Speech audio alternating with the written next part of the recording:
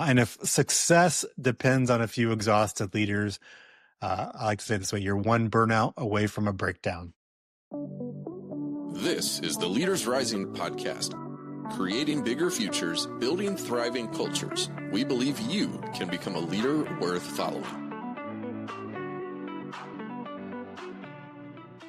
I actually heard a great thing this week. It was Simon Sinek and Trevor Noah. They were talking about like small talk and how important it is. And Simon Sinek was saying how he hates small talk. And Trevor Noah says, I used to hate it. And then I read research that small talk is what makes for better big talk because it's where we create the commonalities, rather than just jumping to who are you going to vote for? We talk about, well, hey, it's been rainy in my yard. It's been rainy in your yard too. And so the small talk really matters. But you're a human. Yeah, exactly. Imagine that. There's a great YouTube video with the two of them. It may be the same one, but I also think they're really good friends, so they just naturally land together, talking about the power of deep friendships. Those don't happen by accident. Yeah. And the whole Simon's line is the genuine bro version of I love you. Not like, love you, man, but the serious, genuine version of that. I think I incorporated that into my course. I would even say that's true of my best friend. We've done a lot of really big life things together, but the thing we really appreciate is that we've just done a lot of life together, right? A lot of time around fire pits and back patios and kids swim meets and all that kind of thing.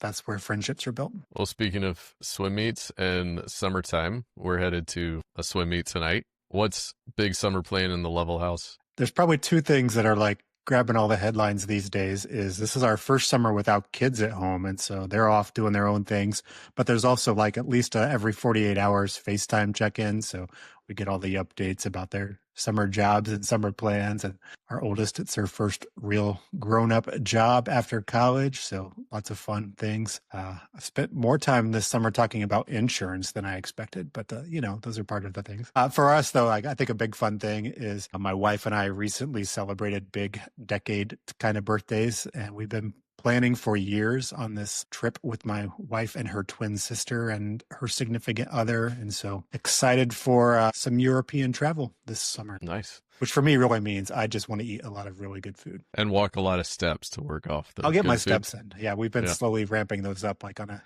weekly basis just to make sure we're ready. It's great this season to shift gears, to look at things differently and reframe. Both of us being married to educators, our season of life is a little bit different. Younger kids, a middle schooler and elementary schooler at home.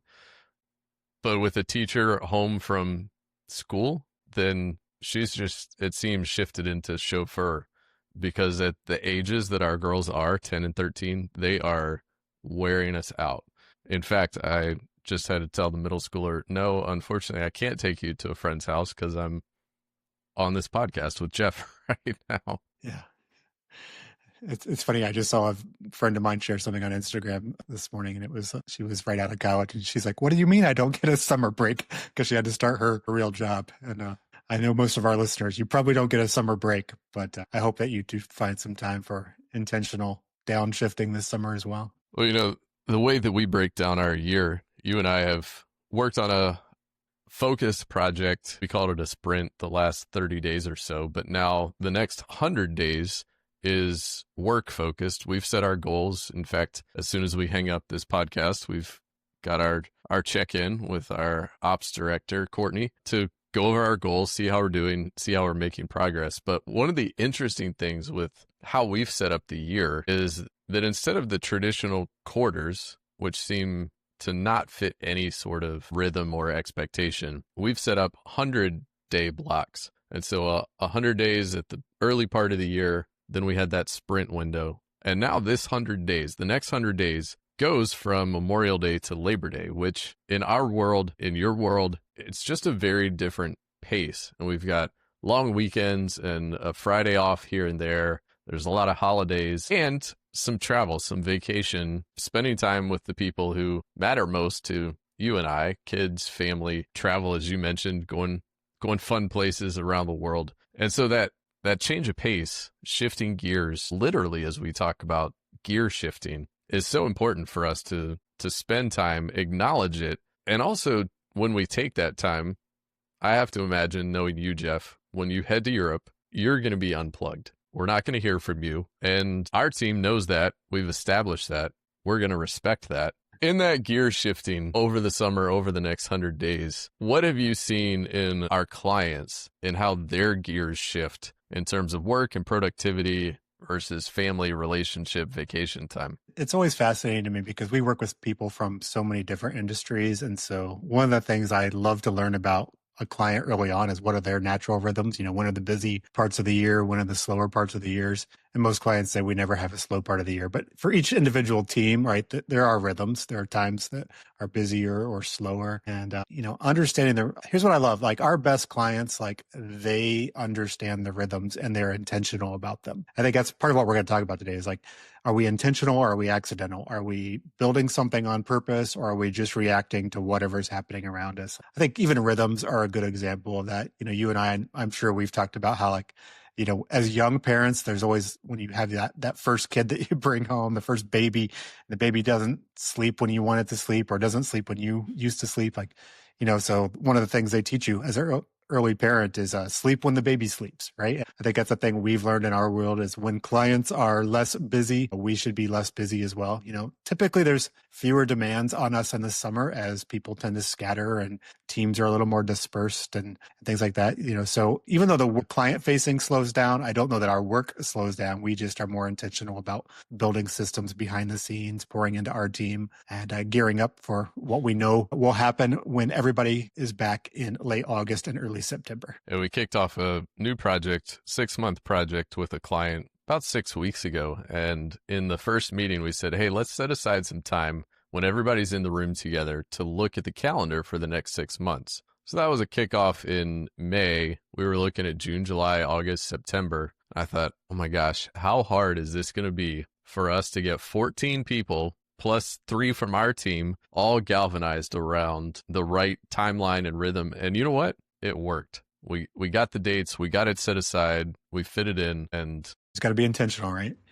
Exactly. Another thing I would say, just to anybody listening to this, is you won't find Aaron and I, being advocates of the hustle culture and just work harder all the time.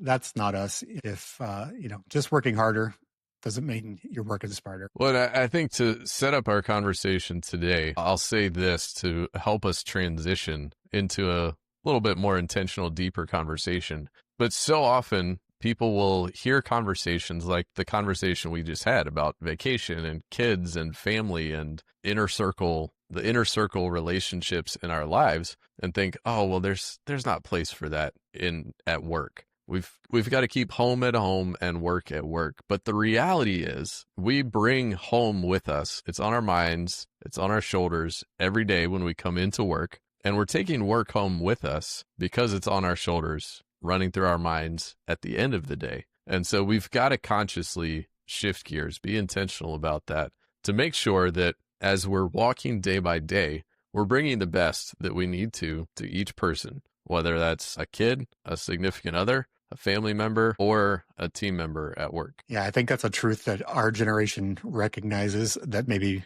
other generations have at least hoped wasn't true, is that we can just compartmentalize things, right? And yet all those compartments show up in all the places. Your kids can tell when you've had a bad day at work, or your spouse, or your best friends. And the people at work know when things aren't going well at home. We can try to compartmentalize it, and sometimes you just got to show up and do the thing.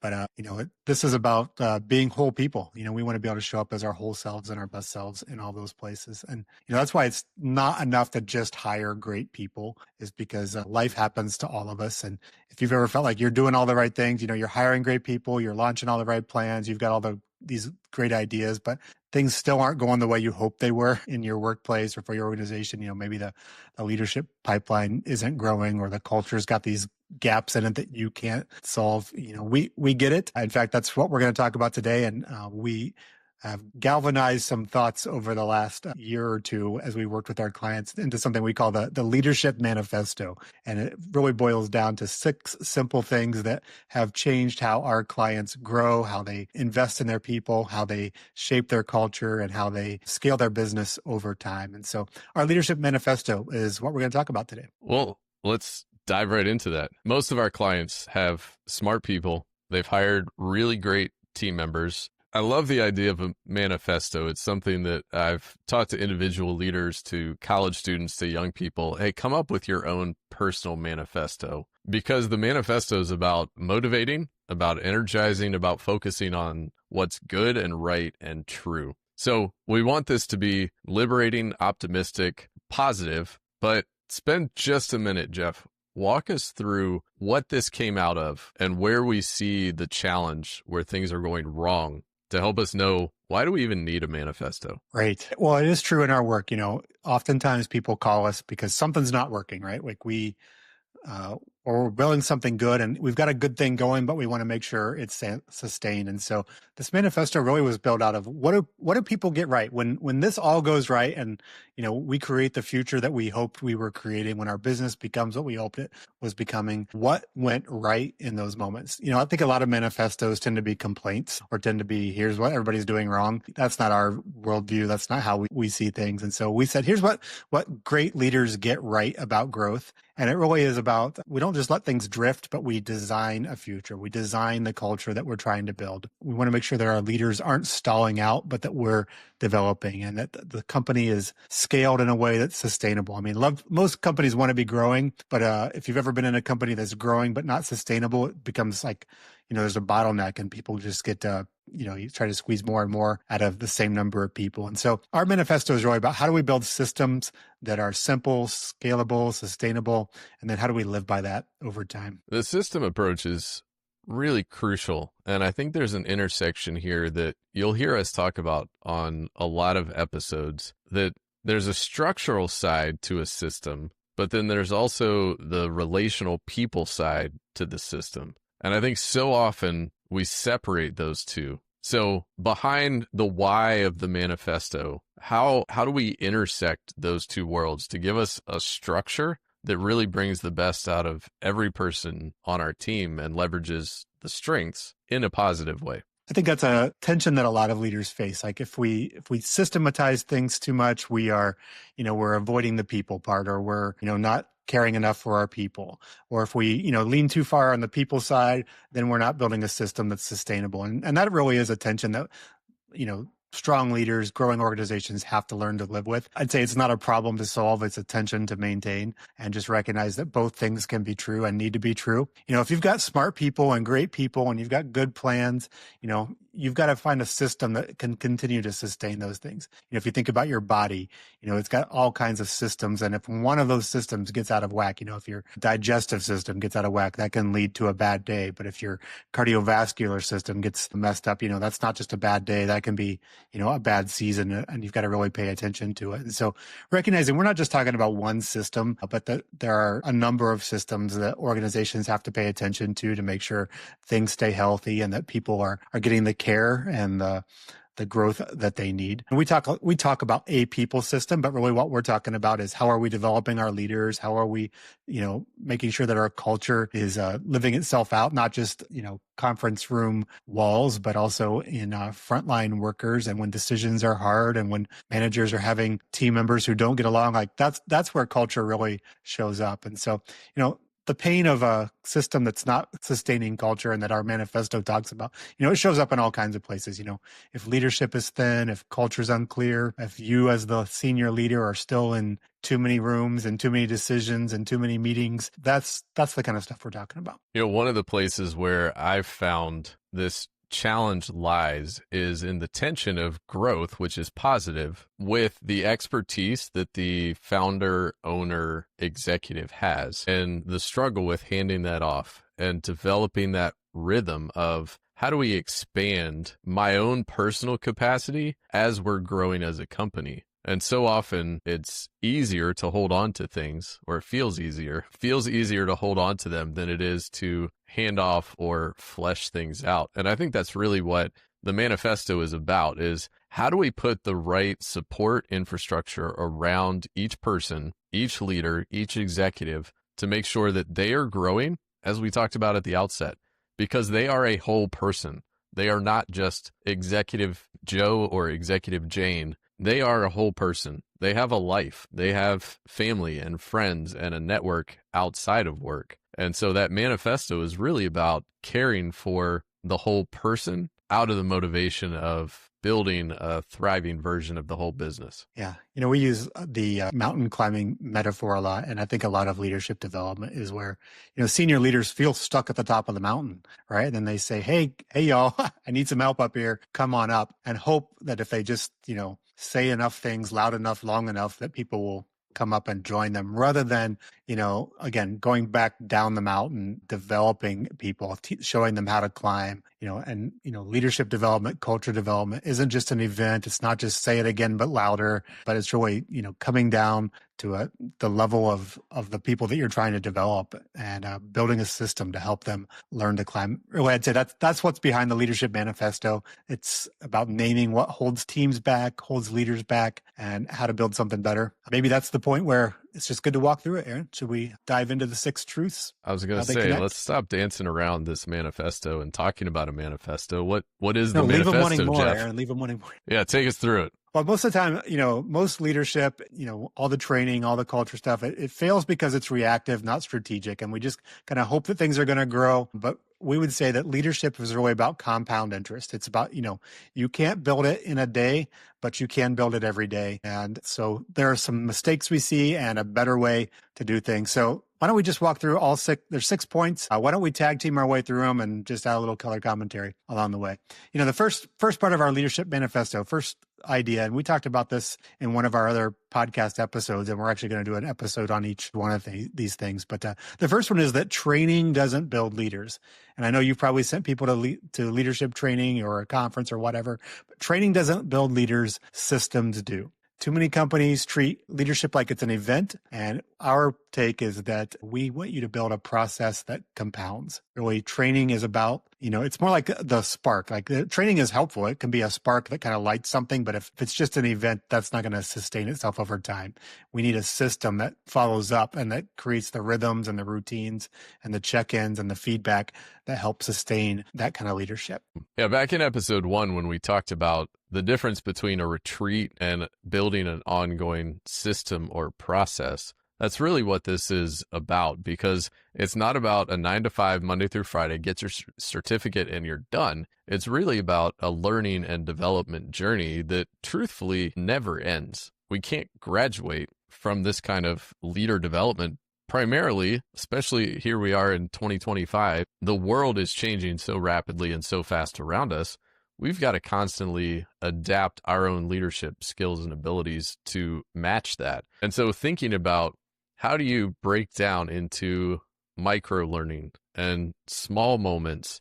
We talk about formal time versus informal time. Are you scheduling a 30-minute, 60-minute, 90-minute session, or are you stopping by, grabbing lunch on a whim and having that developmental conversation? It takes both kinds. It takes the small and the longer term. We've got to build all of that into the system to really bring the best to our training. Yeah, we've got to, and again, there's that informational blast, there's the training, but you also need coaching, you need apprenticeship, you've got to come alongside people. So you're not just giving them content without transformation. And again, we could talk about that for a whole episode. And in fact, we did. Go back to that one in episode 1 on the Learning Center, your favorite podcast platform. Let's jump to the second point in the manifesto. Hope isn't a leadership pipeline, strategy is. I think this is so true in so many situations, and I've felt it myself, that we think if we just invite them into this situation, if we give them all the resources they need, it'll just happen. There's no magic wand. We have to be intentional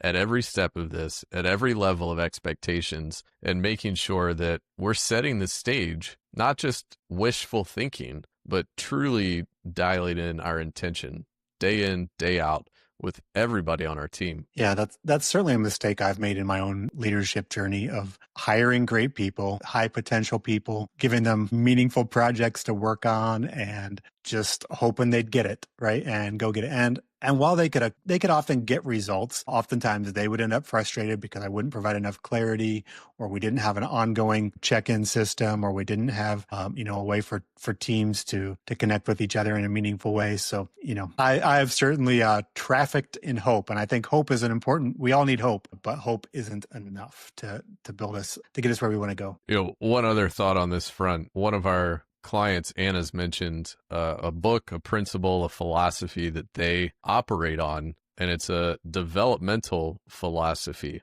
And I think the idea of identifying who we have, building a process, and creating that bespoke, customized game plan for each individual to develop, while the team is also developing and the corporate entity is developing. That's so important. And that's what Anna's built in their business. She's intentional about it. But the principle comes out of the idea that so many corporations just throw a bunch of people into a room to see who performs best. And they give them a rotation. They try some things out, see who fits, see who doesn't. And if you make it, you can stick around. But if you don't, it probably wasn't actually your fault. Yeah, we have another client that says, there's no bad apples, just bad strategies and bad systems, which is a provocative thing to say. And I kind of like that about her. One of our tools is the intentional multiplication plan. Like, do we know who we're trying to develop? Do we know when we're going to do it? Do we know what it is we're trying to get them to do? And if we can't answer that question, we don't have a system. We just have some hope and we have some ideas. We need a plan. You know what those words remind me of? Writing a paper in 4th grade. When are we ever going to use this again, teacher? When you're leading things. We are. And I think that's important to highlight, that who, what, when, where, why, how. It seems so elementary, but it's so critical. And that's a part of our growth plan journey, our growth tool, helping people define where are you going to find accountability? When are you going to do this? What are you going to do? Who are you going to bring along with you? And so much of that is important to building the strategy, and hope is not that strategy. Well, let's look at the next part of our manifesto. Number 3 is you don't hire culture, you build it, and you build it every day. There's a bazillion ideas out there about what culture entails. In fact, I just did a whole series on LinkedIn about culture isn't what you think it is. Culture isn't a mood. What it is it's a system of language, of trust, of accountability. It's what we build. It's how we do things around here. And it's what happens when things go wrong. Every culture has gaps. Every culture has places where we're not doing what we hoped we would.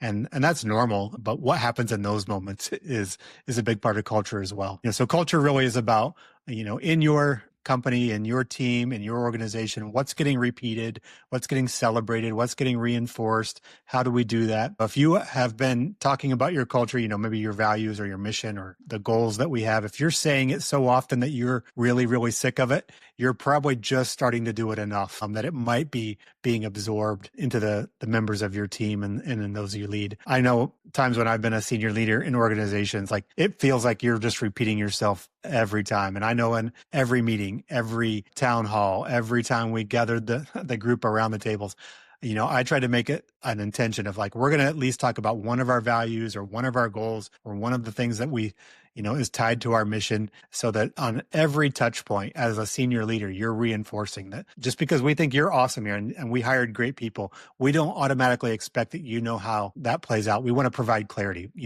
If you're a leader in an organization, I heard another person say it this way, is that no matter what your job title is, one of your titles should be Chief Clarity Officer.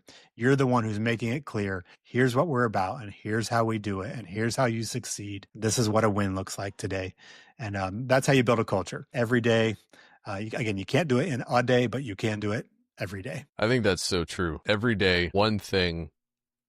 Anytime in any of our tools, when we say there's a list of 5 things or 4 C's in this tool or 5 P's in that tool, until you've spent a lot of time with a concept like that, I always forget one. And it's the same thing with values or any sort of principle or statement or guideline that you're trying to follow. We just intuitively forget part of this unless we really drill it into our minds. All right, the 4th one, heroic effort is not a sustainable growth plan. Tell me, Jeff, why does this resonate true for you at the end of our last 30-day sprint that you and I have just wrapped up? Well, I think you and I showed up in some heroic ways in the last 30 days, and we did definitely sprint. But again, that's not sustainable because I'm tired today. No joke. And if success depends on a few exhausted leaders, I like to say it this way, you're one burnout away from a breakdown. If Aaron Lee burned out today, Leaders Rising Network would be in trouble. I think the same would be true if I burned out. And so we need to make sure that we're not relying on heroic effort, but that we're developing a team that can sustain those efforts. And one of my sayings is that I actually spent a lot of time in my early career with high school and college students, and we did a lot of things, a lot of games with duct tape. But your top performers shouldn't be human duct tape. If you're just relying on a few people to hold some things together, you're one problem away, one bad day away from some big problems. And so systems really can help you begin to sustain growth. And it's normal, especially in early days of an organization or, in a startup mode or in a sprint season. Heroic effort is okay for a moment. And sometimes we need heroes to solve a problem or to get a goal across the finish line. That's okay. But if that's the plan, if that's the hope, if that's how we always get things done, we know there's a better way. And we know that that's not sustainable. And so we want to help organizations and leaders build systems of sharing ownership, creating resilience, and building capacity over time. And there really is a way to do that. All of these pieces are interconnected. I'll go back again to our initial conversation about our summer rhythm and schedule. And I remember saying to you, the Thursday before school ended, we were coming up towards the end of our sprint. And I said, man, I just feel like I'm running at a high level really fast, and I don't know how to slow down. And what it took was we were traveling for a few days. I said, you know what? It'll be fine. I'm going to set the out of office. I'm not going to think about this. And it just took that, in a way, a long weekend to reset my mindset. And I think so often work and productivity versus rest, it's another whole episode we could have a conversation about. It really comes down to you shifting gears appropriately and making sure you have something left in the tank to give. A heroic effort can last for a little while. You can sprint for a little bit, but you can't sprint your way up Mount Everest. Yeah. All right, Jeff, number 5 on the manifesto, your business won't grow faster than your people. Yeah, that's right. We have a tool called the Maximizing Team Performance Flywheel, and it is all the things that go into how businesses grow. But at the beginning of it is really about, are your people growing? Are your people healthy? Are we communicating well? Do we trust each other? All of our growth hinges on the capacity of our leaders. We all want a bigger thing, but we've got to have bigger containers to carry the bigger thing, which is really our people. Usually, most organizations, as we grow, run into bottlenecks. There's too few people that know the things that make it happen. And so they've got to figure out how to hand off some of those things to other people. And that really does come back to a leadership problem.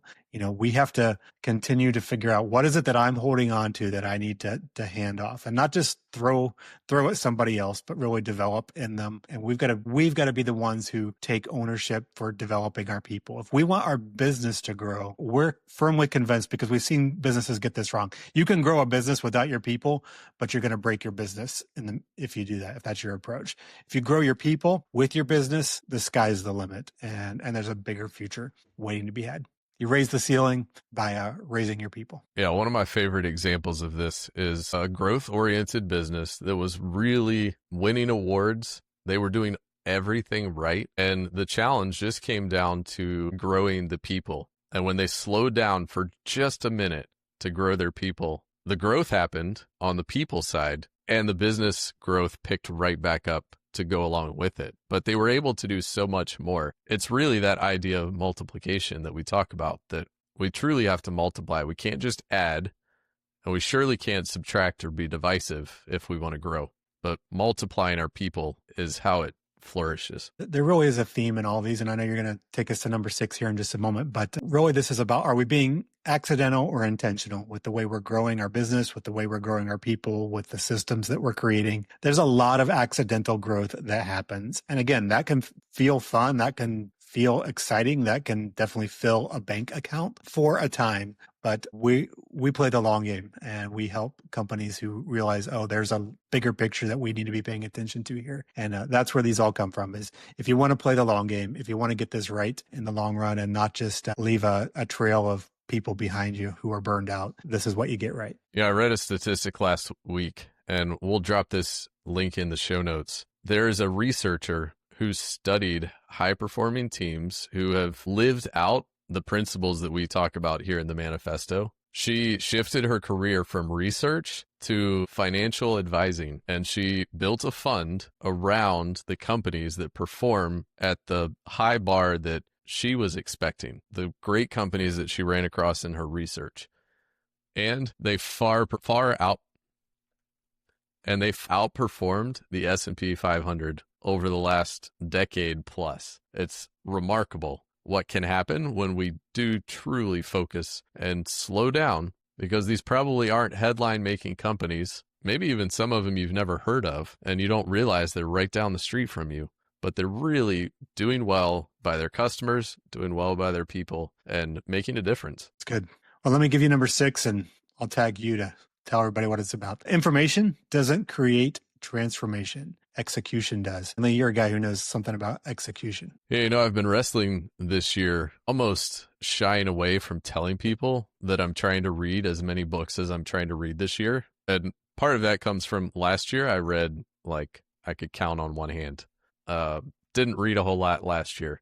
So I was like, you know what? It's audacious, but let me aim for, on average, 1 book a week this year. And it feels like so much information. I'm taking it all in. I'm digesting it. It's helping me think. So it's helpful in a way. But really what I've noticed is that's not what's creating the transformation in me. It's the notes I'm taking. It's the conversations you and I are having. It's the conversations I'm having with somebody else. I met a good new friend, Pat, a couple weeks ago. He and I got introduced by somebody I went to college with who said, hey, you and Pat should connect. We did, and it was the most enlightening 30 minutes, fed in part by the information because we had something to talk about and we could wrestle with it. But the information itself is not what's going to get it done. It's not how many books we read or how many training programs we go to. As you and I joked on episode 1, it's not how many conference notebooks are collecting dust on your bookshelf. It's really about how are you putting this into action?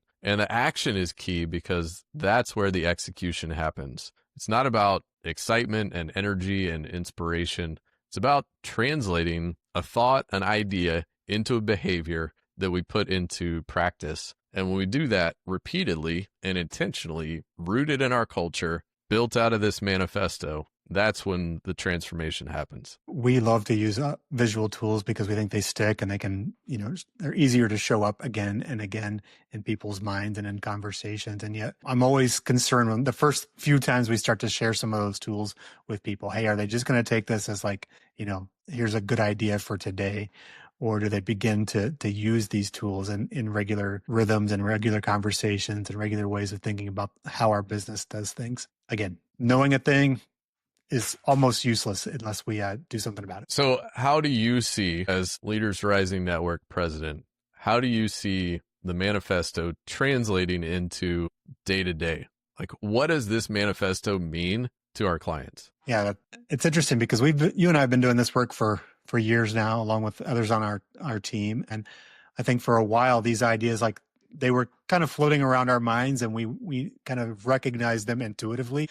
And just over the last, year or two, have we begun to flesh these out and recognize and name, here's what our clients that get this right are getting right. And that's where this manifesto came from. And it makes me think of really one, I could name several clients that have used these ideas, but one of our clients was a big engineering firm. They had all the right pieces. They had a big vision. They were growing. They'd been around for a while, but, they had a new CEO that was really making things move forward with some innovative ideas. And, they were at a point where they were buying up their competitors. They had been number one in their market sector for a while, and they bought up the people under them, which is a power move and an exciting thing. And except for, that's a lot of growth in a short amount of time. And what the bottleneck that they ran into was it was too much depending on too few people. And so, okay, let's just send some people to training. Let's teach them some new techniques. Let's, make sure our managers have the latest tips and tricks for leading meetings and all that kind of stuff. And mostly they just spent a lot of money on conferences with stuff that didn't stick. And at the end of the day, the key decisions still were landing on the CEO's desk. He was in every meeting. He was in every decision. And he would tell you now, these days, he would tell you some of that was on him and his own growth journey and being willing to let go of things. But, it was exciting times. There was a good culture. They were hiring lots of people. People wanted to be there, but it wasn't repeatable. Nobody could tell you, here's the thing that is making us the place people want to work, and what growth, what's making our growth work here. And so, we used a lot of the ideas that we've shared in the manifesto here and helped them begin to build a system. Really, it was, again, moving from, we've accidentally arrived at this growth point and we didn't have a plan, and now we're going to systematize it. We're going to get intentional. We're going to build a system. They created some monthly coaching rhythms for their key leaders and for high growth people. They wanted to make sure that they took these high potential, mid-level leaders and helped them become managers, which wasn't really just about learning tips and tricks, but it was like, hey, do you all know ways that you build your influence? And do you know ways that you undermine your influence? Do you know yourself so that you can lead yourself in healthier ways? One thing they were great at is they had a pretty consistent meeting and rhythm culture, but it was just about the projects we're working on and task lists and stuff like that. And they realized, in some ways, that's counterproductive if it's not actually elevated. If every meeting we go to is just, checking off a task list and not actually elevating our culture. So they were really good at infusing their regular meetings with culture development or leader development. It was always a tool, always a culture principle, always a value, some way of infusing what we say matters most into every touch point. And then finally, they systematized, here are the 10 tools we want everybody in our organization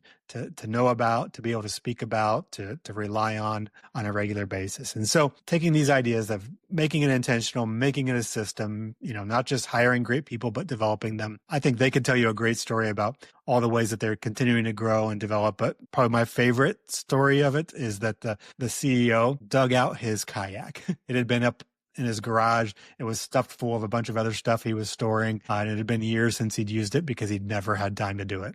But he actually began to stop working on weekends. He dug his kayak out. He taught his son how to kayak. Those are the kind of things that I think the work we do, when we go back to where we started our conversation today, we're real humans, right? We don't just show up to get work done. We're trying to build a life as well. And the way we do our work really impacts the way we get to do our life. And so that's why this manifesto means something to me. And I think it means something to him. I know it means something to his son. And that's why we do the work we do every day, Aaron. I think that's a great point. And we talked about this on episode 1. We have to slow down to speed up. And speeding up doesn't just mean working harder, but we do have to intentionally slow down and work at a different pace, work at a different rhythm. And part of that is being a human. And I love those stories and examples from that CEO and his son. Tom talked about it on episode 4. Just great stories all around from our team, from our clients, in how this manifesto gets put into practice. We say hope isn't a leadership pipeline, but I hope that all of you here, there is hope in this manifesto. There is hope. If you feel like in my kayak or whatever your version of the kayak is, I hope you know that there is a way to dig that out. There is a way to get back to enjoying some of those simple pleasures in life that feed you as a person. And that's really our motivator, what's guiding us so that all of us not just accomplish great work at work, but that we can be whole and complete people all the way around. Yeah, I think that's what gets us out of bed every day, right, Aaron? We love the human side of what we do. We always say it's not just business, it's personal. And if you're listening to us today and you're thinking, man, I wish this was all true in my organization. I wish I could help us do this kind of thing, or I wish my boss would listen to this. I mean, you're welcome to send them the episode. And always a good place to start is just with you, right? And you're not behind. You're just early in the shift. We all have a place of, we have to realize the thing before we can begin to take steps on it. And so we'll share the manifesto again with you. Maybe it's a good way you can use it as a reflection activity after you listen to this, and just think about, where are we at on each of these things and what's a meaningful step I could take in the coming week or month or season. And plenty of episodes to come unpacking each of these one. Yeah, we're going to break them all down practically. We'll tell you stories. We'll show you how people get it right. All right, Jeff, let's wrap up with our traditional question. What's one bold step a leader can take after listening to this, hearing our manifesto? How do you put this into practice? Yeah, it can feel overwhelming, can't it? There's so many ideas there. We see so many different things that maybe we could do or should do. And I always say, don't shit on yourself. But here, if there's one thing, one bold step, I'd say build one system, or just do one thing. Pick one meeting, one decision, one rhythm, and begin to do it in a way that invites others into it. You're developing others. You're not just informing them. You're not just telling them to do the thing. But that's really how it starts. That's how this whole thing starts, is we just have to flip the switch on getting intentional, not just about me getting stuff off my plate, but about developing and building others up. Build one thing. That's the bold step. Awesome. Well, check out the manifesto. It's on the homepage of our website. We'll unpack this in the show notes at leadersrisingnetwork.com/podcast. Jeff, I hope it's a great life-giving summer for you. For those of you listening, I hope it's a great life-giving summer and season for you. Take a little time and spend time with those who matter most to you this summer. Right. I hope you can all have a kayak moment this summer. Thanks for listening to this episode of the Leaders Rising Network podcast. Connect with us on LinkedIn or visit online at leadersrisingnetwork.com.